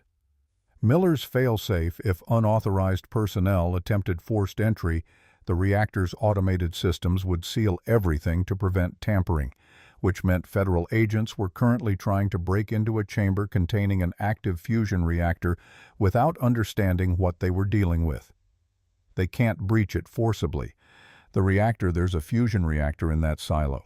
If they damage containment trying to force entry, the consequences could be catastrophic. Thompson's expression shifted to alarm. Fusion reactor. Our briefing said classified Los Alamos research materials, possibly weapons-grade uranium. Nobody mentioned operational reactors. Because DOE doesn't know. Miller built it in secret over 3 decades. It's cold fusion, supposedly impossible, but he achieved it. 400 kilowatts continuous output. If your people rupture the magnetic containment trying to force the door, the plasma disruption could. John's voice trailed off as implications multiplied. Fusion plasma released from magnetic confinement wouldn't cause nuclear explosion. The temperatures and pressures would drop too quickly. But the superconducting magnets, if damaged, could release stored energy explosively. and the reactor's experimental nature meant unknown failure modes Miller might not have anticipated or designed against. Thompson was already on her radio, urgent commands flowing to whoever led the DOE team at the ranch. Cease all entry attempts immediately. Secure the perimeter. Nobody approaches the facility until we get expert assessment. She looked back at John. You built this reactor, Miller built it. I inherited his documentation and access codes. I'm the only person alive who knows the safety protocols and shutdown procedures. Then you're coming with us to the ranch. Now. The FBI convoy raced through Socorro toward the desert ranch sirens clearing morning traffic. John rode in Thompson's vehicle with Emma pressed against his side and Titan alert in the cargo area. Catherine followed in her Jeep, having refused to be left behind after investing 2 decades protecting Miller's secrets. The ranch appeared transformed. 8 government vehicles surrounded the property, agents establishing perimeter, while a mobile command post deployed near the silo entrance. The blast door stood partially breached, plasma-cutting equipment visible where DOE technicians had attempted to force entry before Thompson's stand-down order. A man in DOE credentials approached Thompson's vehicle as they parked, mid-50s, balding expression, oscillating between anger and concern. Special Agent Thompson, I'm Inspector General Ronald Sanchez. Your interference in our authorized inventory operation is noted for my report. Thompson's response was ice. Your authorized operation nearly triggered what Mr. Wright describes as potential fusion reactor failure. Unless DOE is now in the business of causing industrial catastrophes on American soil, you'll cooperate with our assessment. Sanchez's gaze shifted to John, recognition and calculation visible. Mr. Wright, you claimed yesterday you needed 24 hours for attorney consultation. Instead, you've involved FBI and apparently fed them classified information about Dr. Miller's research. John climbed from the vehicle, keeping Emma behind him. I told you there was classified material requiring careful handling. You ignored that and tried forcing entry. The reactor's safety systems activated lockdown because they detected unauthorized intrusion. If I don't shut down properly and reset security protocols, the DOE gets nothing except a very expensive radioactive crater. The bluff was calculated. Cold fusion produced no radioactive waste, but Sanchez didn't know that. The threat of contamination might slow the bureaucratic imperative to seize everything immediately. Sanchez studied John, weighing options.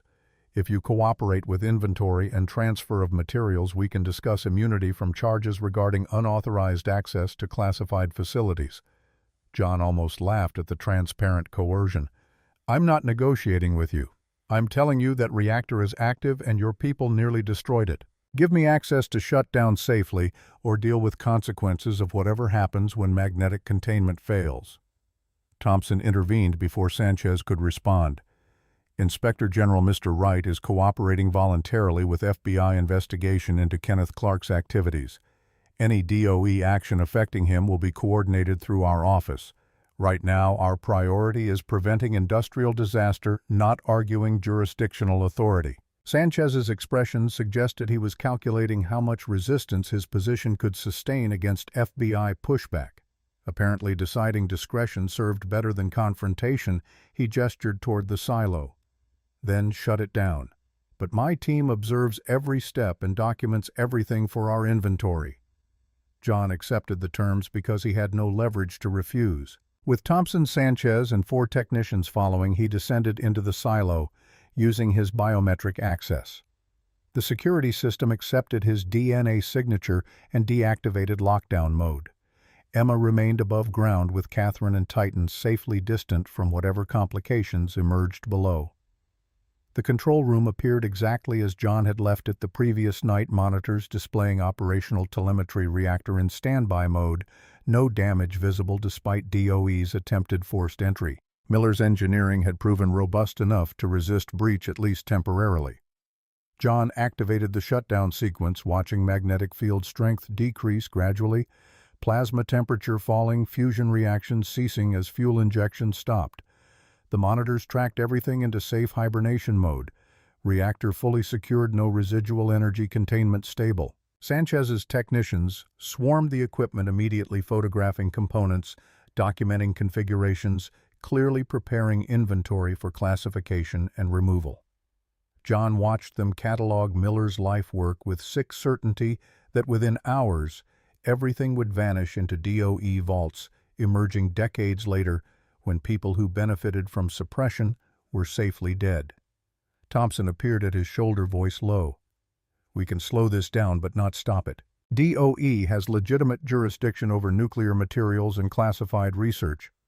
Unless you have evidence, the classification itself is criminal." John's hand moved to his pocket, fingers closing around the flash drive Catherine had given him.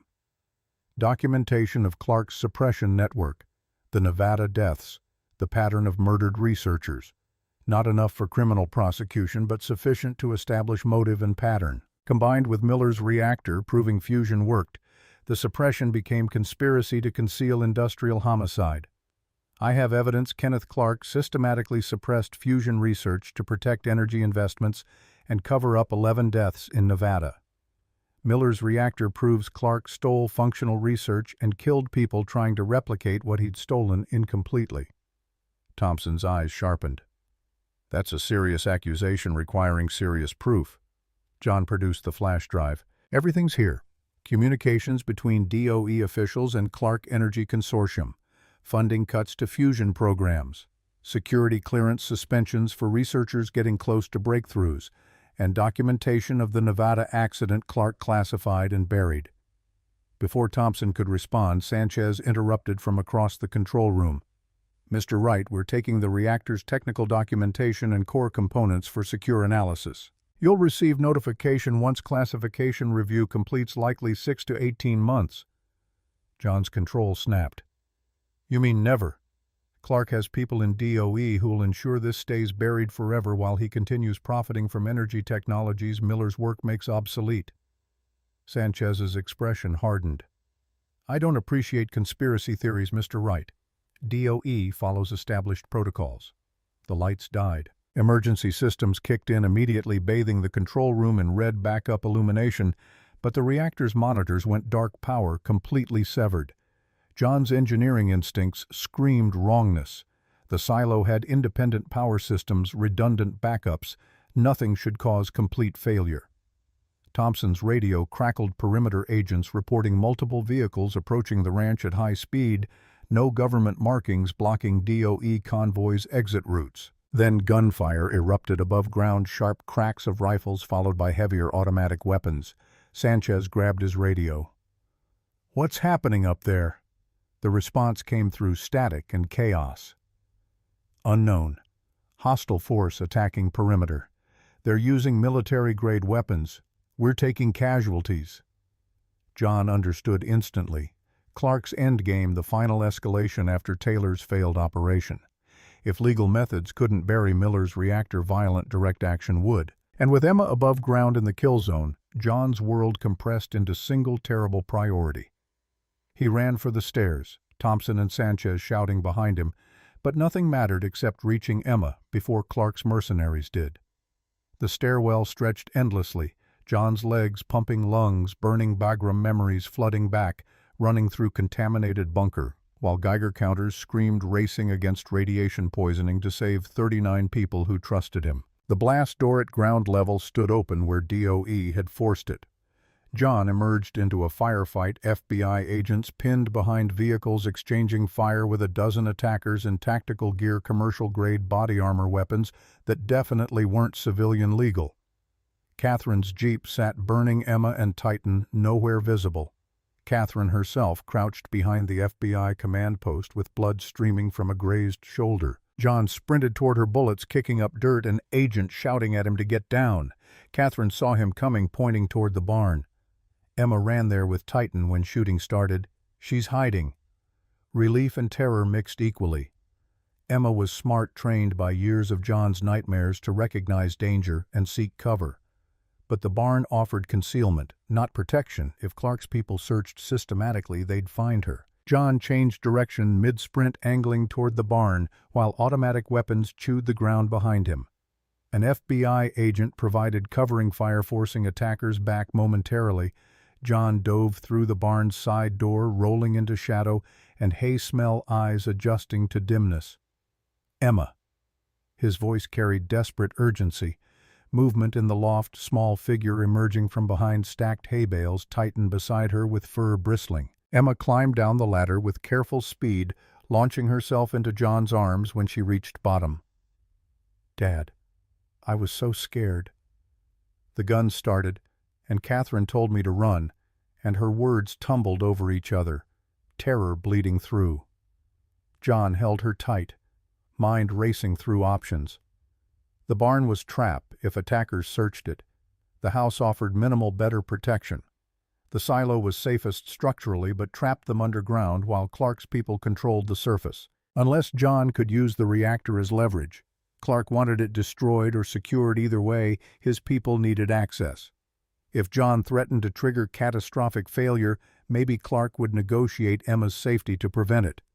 The plan was desperate, likely suicidal, but John's options had contracted to choosing which impossible gamble offered best odds of Emma surviving. He guided her toward the barn's rear exit, staying low, Titan moving with them in protective formation. They made it 20 yards toward the silo entrance before someone spotted them, shouted warning gunfire erupting again.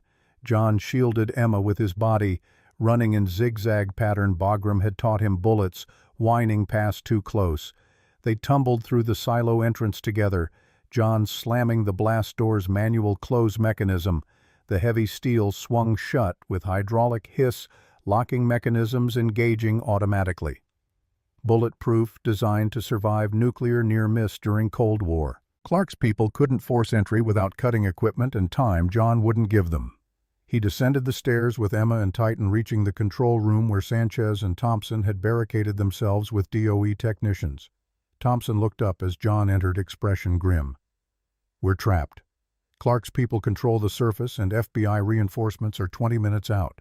They're demanding we surrender you and all reactor documentation or they start executing hostages." John moved to the control terminal, fingers flying across keyboards. The reactor had been in safe shutdown when power died, but emergency protocols allowed restart using backup generators. If he could bring the system online, he could threaten overload, forcing plasma containment to fail in a way that would destroy the reactor and possibly trigger conventional explosion from the superconducting magnets. "What are you doing?" John's response was clipped, focused, "Giving us negotiating leverage. Clark wants this reactor buried. I'm going to threaten to bury it in a way that takes his mercenaries with it." Thompson grabbed his arm. "That's suicide. You're talking about deliberately causing the failure you warned us about. Not deliberately causing, threatening to cause. Big difference. Clark's people don't know I'm bluffing about radiation danger. They'll believe destroying the reactor creates contamination zone. Clark can't afford that too many questions. Too much federal investigation.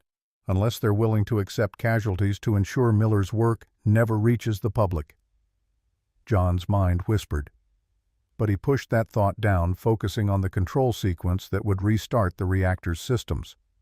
Power flowed back as backup generators engaged.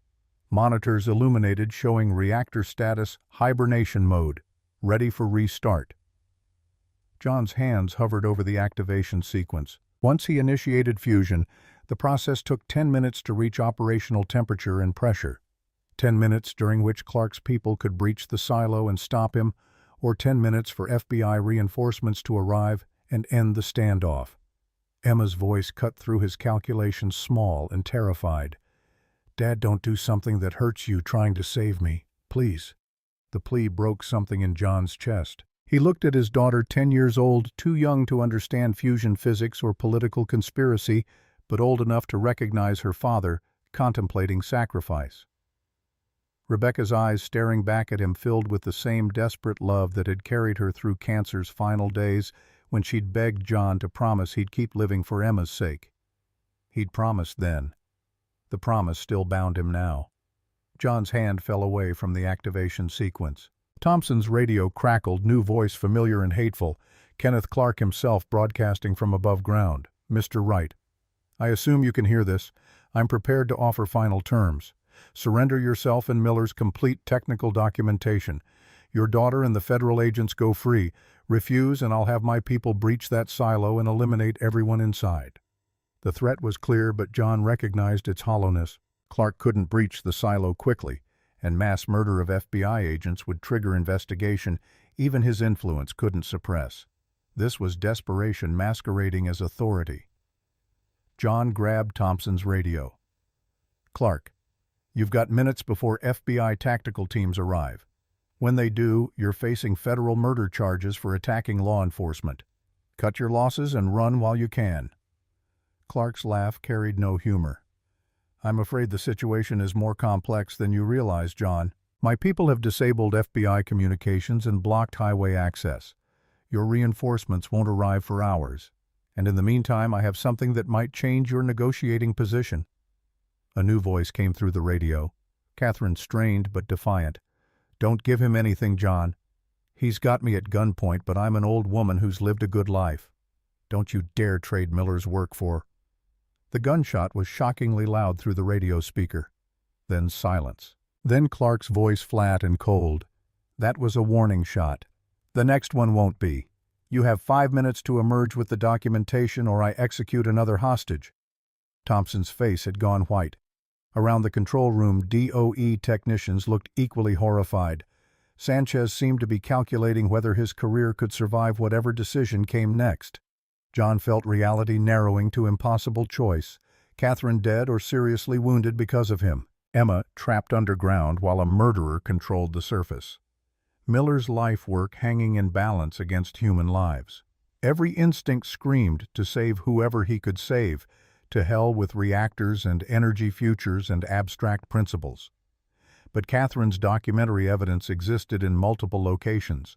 Her death would trigger automatic release to journalists and investigators. Clark shooting her was tactical blunder, unless he planned to kill everyone. Here destroy the reactor and disappear before consequences arrived, which meant he was desperate enough for scorched earth tactics past caring about cleanup. Emma tugged on John's sleeve, eyes huge. "What about the bad man? Can we stop him?" The question was so simple, so purely focused on survival versus paralysis. John had been calculating politics and leverage and acceptable losses. Emma just wanted to know if they could fight back. Miller's voice echoed from memory. "You showed me courage isn't about being fearless. It's about being terrified and acting anyway." John turned to Thompson. "How long until your tactical teams breach Clark's blockade?" She checked her phone, though communications were supposedly disabled. "Ground team says 15 minutes if they force through. Air support could get helicopter overhead in 8. John looked at the reactor control's mind-assembling plan from desperation and physics. The fusion core didn't need to fully activate to be dangerous. Just bringing the superconducting magnets online would create powerful electromagnetic fields. If he could overload one coil deliberately, the field collapse would release stored energy as electromagnetic pulse frying electronics within 200 yards. It would destroy the reactor permanently, would erase Miller's physical proof. But the documentation existed in multiple locations. Now, Catherine's files, the drives John had mailed the flash drive in Thompson's possession. The reactor was proof of concept, but not the only proof. Sometimes the mission required sacrificing the objective to ensure something survived. John's fingers flew across controls, initiating magnet charge sequence without starting fusion reactions. Thompson saw what he was doing, understanding dawning. "You're going to EMP Clark's equipment, and ours, and every electronic system in the silo. We'll be blind and locked in here until FBI cuts us out. But Clark's mercenaries lose communications vehicles, weapons with electronic components, levels the field." Sanchez stepped forward, voice sharp. "That destroys classified DOE property. I won't authorize." John cut him off without looking up. "You don't have to authorize. I'm the legal owner taking defensive action against armed invasion. Sue me after we survive." The magnet charge meter climbed 20%, 30-40. At full charge, John could trigger deliberate overload by routing power through damaged coil he'd identified in the technical documentation. Miller had noted the flaw but never repaired it, probably intending to replace the entire coil assembly eventually. Emma watched the meters climbing, then looked up at John. "Will this save everyone?" John wished he could promise safety. Instead, he knelt, meeting her eyes honestly. "It'll give us a chance. Sometimes that's all we get." She hugged him fiercely. Mom would say that's enough. The words steadied him.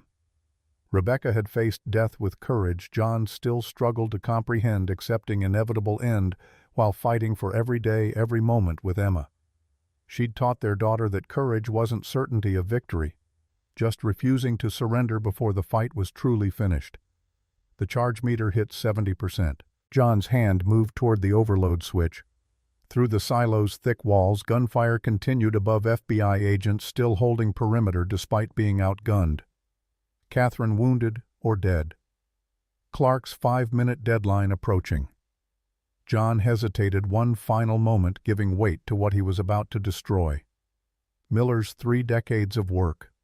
Proof that fusion energy could save humanity from fossil fuel dependence. The physical manifestation of one brilliant physicist's refusal to let corruption win.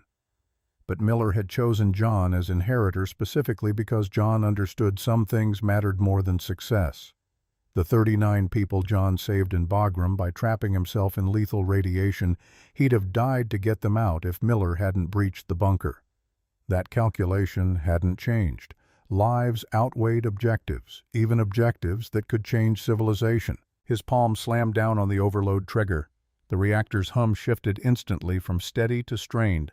Warning lights flashed across every monitor. The superconducting coil temperature spiked as John fed power through the damaged section magnetic containment, destabilizing the carefully balanced fields that enabled fusion beginning to collapse. For 3 seconds, nothing visible happened. Then the electromagnetic pulse erupted, not explosive, but crushing invisible wave of energy radiating from the magnets as their fields collapsed catastrophically. Every monitor went dark. Emergency lights died. John's watch stopped its electronics fried. Even the backup generators ceased their humming. Complete silence except for the dying whine of depowering magnets. In the darkness, Emma's hand found John's. Titan pressed against both of them, warm and solid. Thompson's voice came from across the control room.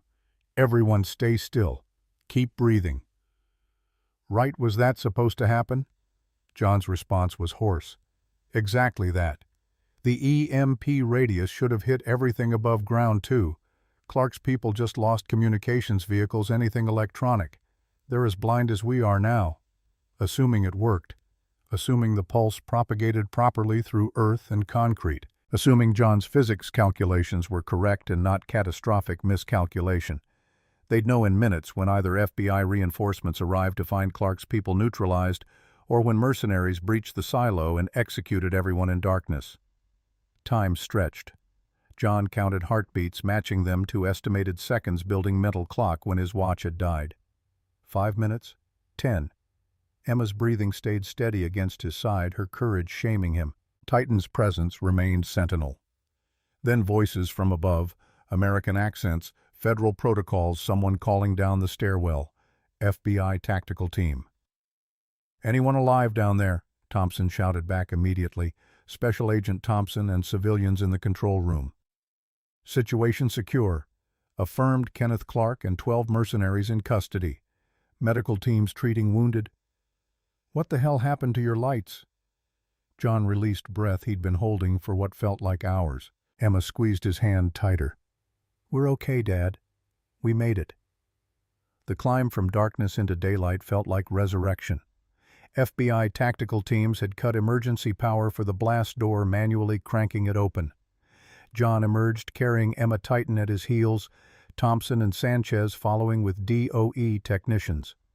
The ranch's transformation was complete.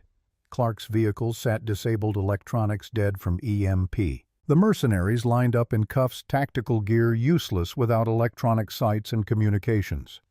FBI medics worked on wounded agents, and Catherine, who'd been shot through the shoulder but was alive, conscious, and swearing creatively about Clark's ancestry. Kenneth Clark himself sat on the ground, hands zip-tied, expensive suit torn and dirty. His expression was calculating, even in defeat, no doubt already planning legal strategies and influence campaigns to minimize consequences. John walked past him without acknowledgement, heading straight for Catherine. The older woman looked up as he approached, managing a pained smile. Told you Richard chose right. You're as stubborn as he was. John knelt beside her stretcher. You saved Emma. Saved all of us with your recordings and the FBI tip. I owe you. She cut him off. You owe me nothing. Just make sure Miller's work reaches people who'll use it properly. That's payment enough. Medical teams loaded Catherine into an ambulance. FBI agents swarmed the property documenting everything, collecting weapons and evidence. Clark was read his rights and hauled away in an armored transport, still silent, still calculating. Thompson approached John as sunset painted the New Mexico desert gold and crimson. We'll need extensive debriefings. DOE will want the reactor documentation for their investigation. The flash drive you gave me, that's evidence in a federal case now. John nodded, understanding. Whatever you need. But I want guarantees that Clark's prosecution includes the Nevada deaths. 11 researchers deserve justice. Thompson's expression was carefully neutral. I can't promise specific charges. That's up to prosecutors after they review evidence. But I can promise this case gets priority investigation resources. Clark attacked federal agents. DOJ won't let that slide regardless of his political connections. It wasn't the certainty John wanted, but was more than he'd hoped for hours earlier. He accepted it as the best available outcome in situations where absolute justice remained elusive. Emma tugged on his arm. Can we go home now? The real home, I mean? Colorado. The question stopped John cold. He looked at the ranch. Bullet-scarred equipment damaged the silo containing a now-destroyed reactor that represented both Miller's genius and John's desperate sacrifice. Home. They'd been here less than a week, but it felt like lifetimes. He thought of their Denver apartment eviction notice, medical debt, the grinding poverty that had made Clark's $3.2 million so tempting. Thought of Miller choosing him, trusting him, betting humanity's energy future on one damaged engineer's integrity. Thought of Catherine's decades protecting secrets, waiting for someone worthy to inherit the fight. This is home now, sweetheart. If you want it to be. We've got 200 acres, clear skies for your telescope, and apparently a need to testify at a lot of federal trials. Might as well stay close. Emma considered, then nodded slowly. Okay. But can we get the lights fixed? I don't like the dark. John hugged her close, feeling her heartbeat steady and strong. Yeah. We'll get the lights fixed. 3 months later, John stood in federal courthouse in Albuquerque watching Kenneth Clark's sentencing. The trial had been expedited given the assault on federal agents, attempted murder charges carrying mandatory minimums.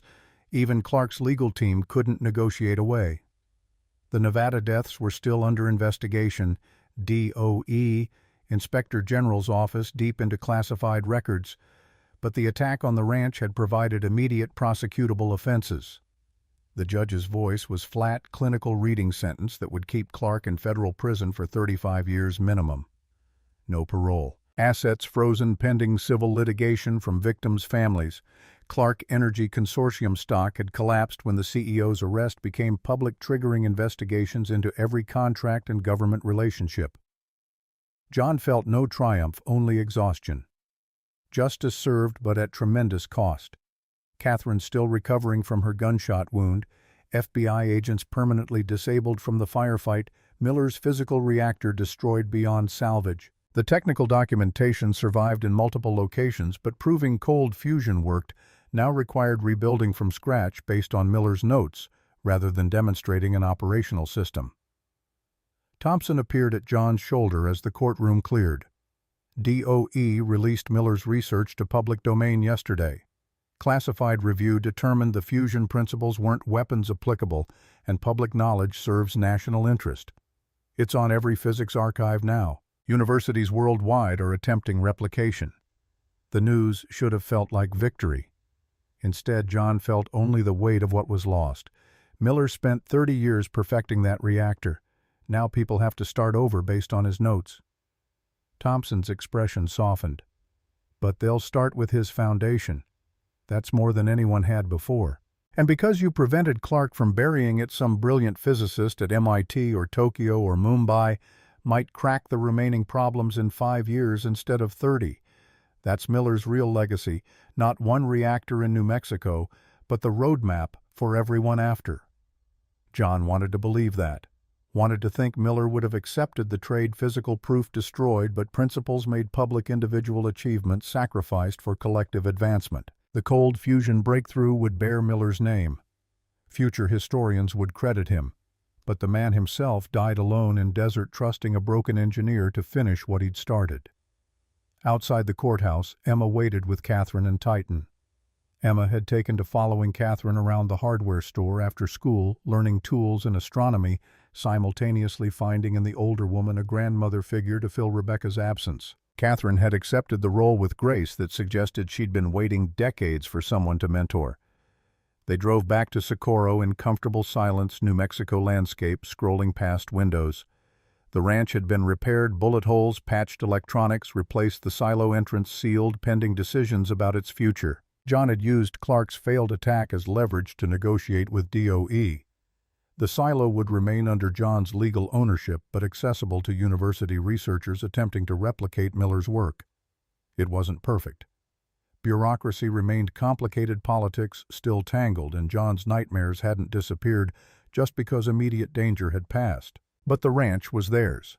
Emma was healthy with proper medical insurance now, and Catherine dropped by weekly with fresh insights into Miller's notes that helped international research teams overcome obstacles.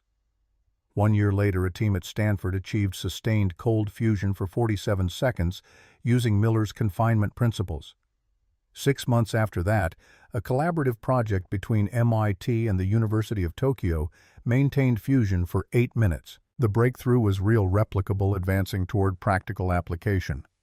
John watched the announcements from his ranch, Emma beside him at the computer reading technical papers she barely understood but devoured anyway. She'd declared intention to become a fusion physicist herself, to finish what Miller started and her father had protected. John didn't discourage the ambition, just made sure she understood the difference between romanticizing sacrifice and choosing it deliberately. Catherine's health had declined slowly over the year. Her gunshot wound had complications, age catching up with resilience, but her mind remained sharp enough to review John's latest refinements to Miller's equations. She sat on the ranch's porch in the evenings, drinking coffee and pointing out astronomical features through Emma's telescope, teaching both the girl and John how to see possibility in darkness. The evening Catherine died, she'd been explaining stellar fusion to Emma, how stars created elements through nuclear fire, how the universe ran on principles humans were just beginning to harness. Emma had absorbed every word with hungry attention. Then Catherine had smiled, set down her coffee cup, and simply stopped breathing. Peaceful, complete, having lived to see Miller's work vindicated and safely transmitted to the next generation. They buried her beside a small observatory John built on the ranch's highest point, where Emma could study stars and remember the woman who'd bridged past to future, protecting secrets until the right inheritor appeared. 5 years after Clark's sentencing, the first commercial cold fusion reactor came online in Iceland, licensed design based on Miller's principles, generating power for 50,000 homes with zero carbon emissions. 3 more reactors began construction in Norway, South Korea, and California. The technology had transitioned from impossible to prototype to commercial reality in a time frame that astonished energy experts. Miller's name appeared on every reactor, every paper, every breakthrough.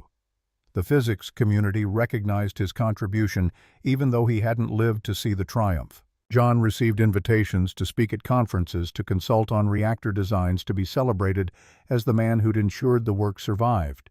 He declined most invitations, preferring to stay at the ranch with Emma and Titan, maintaining the property and helping research teams remotely. The quiet suited him. The nights when PTSD woke him screaming were less frequent now, Emma's presence and purpose's clarity providing stability medication never quite achieved. Emma was 15 when the first reactor powered an entire city, Austin, Texas population, 2 million, running entirely on fusion energy. John drove her there to see it operational, the massive facility humming with power that would have seemed miraculous 5 years earlier. Emma studied every component with engineer's focus, asking questions that made the technical staff excited about her interest. On the drive home, she asked the question John had been expecting. "Do you think Dr. Miller would be proud of what happened?" John measured his answer against complicated truth. I think Miller wanted his work to reach the world. That happened. I think he wanted Clark's crimes exposed. That happened too.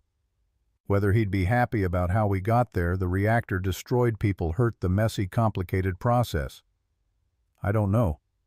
But the outcome is what he fought for. That has to be enough. Emma considered watching Texas landscape roll past. Mom used to say results matter less than trying your best with what you have. Rebecca's wisdom preserved through their daughter. John felt the familiar ache of her absence, softened by time, but never truly gone. She was right, and we did our best. That's all anyone can ask. 10 years after inheriting the ranch, John stood at the silo entrance with Emma, now a university physics student home for summer, and a documentary crew filming Miller's story. The interviewer wanted to know what John felt looking at the sealed entrance, knowing what had been destroyed there. John's answer was simple. Miller built something impossible. I protected it the only way I could when the alternative was letting it be buried forever. The physical reactor is gone, but the principles survive. Every fusion plant running now exists because Miller refused to give up, and because he trusted me to finish what he started. That legacy is worth more than one working prototype. Emma added her own perspective for the camera. My dad saved my life and the reactor's future by sacrificing the reactor itself. Dr. Miller chose right when he picked my father. Some people chase glory. Others just do what's necessary when it matters most. The documentary aired 6 months later to international acclaim. John watched it once, uncomfortable with the hero narrative, but accepting that public understanding required simplified stories. The complexity, Miller's isolation, Catherine's decades of vigilance, John's desperate calculations, Emma's courage, all reduced to digestible narrative about genius physicist and the veteran who protected his legacy. But beneath the simplified version, John knew the truth was messier. Miller had been brilliant and paranoid. Catherine had survived through strategic silence. John had made impossible choices with inadequate information. Emma had paid prices children shouldn't carry. Clark's corruption had thrived for decades before consequences arrived. Yet despite the mess, despite the costs, fusion energy was transforming civilization. Carbon emissions were dropping. Energy poverty was declining.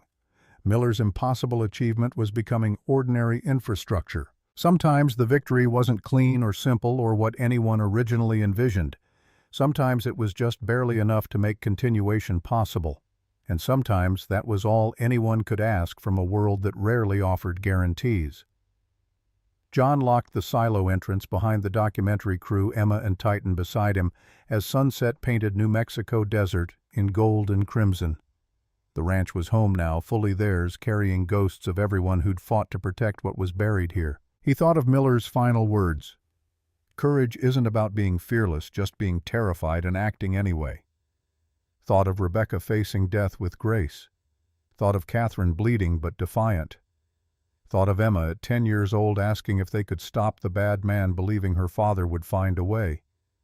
They'd all found ways. Imperfect, desperate, barely sufficient. But enough. In the end, maybe that was the real measure, not perfect victory, but sufficient courage to make continuation possible. Emma slipped her hand into his. Ready to go home, John squeezed her hand, looking one final time at the silo that had changed everything. Yes, sweetheart, let's go home.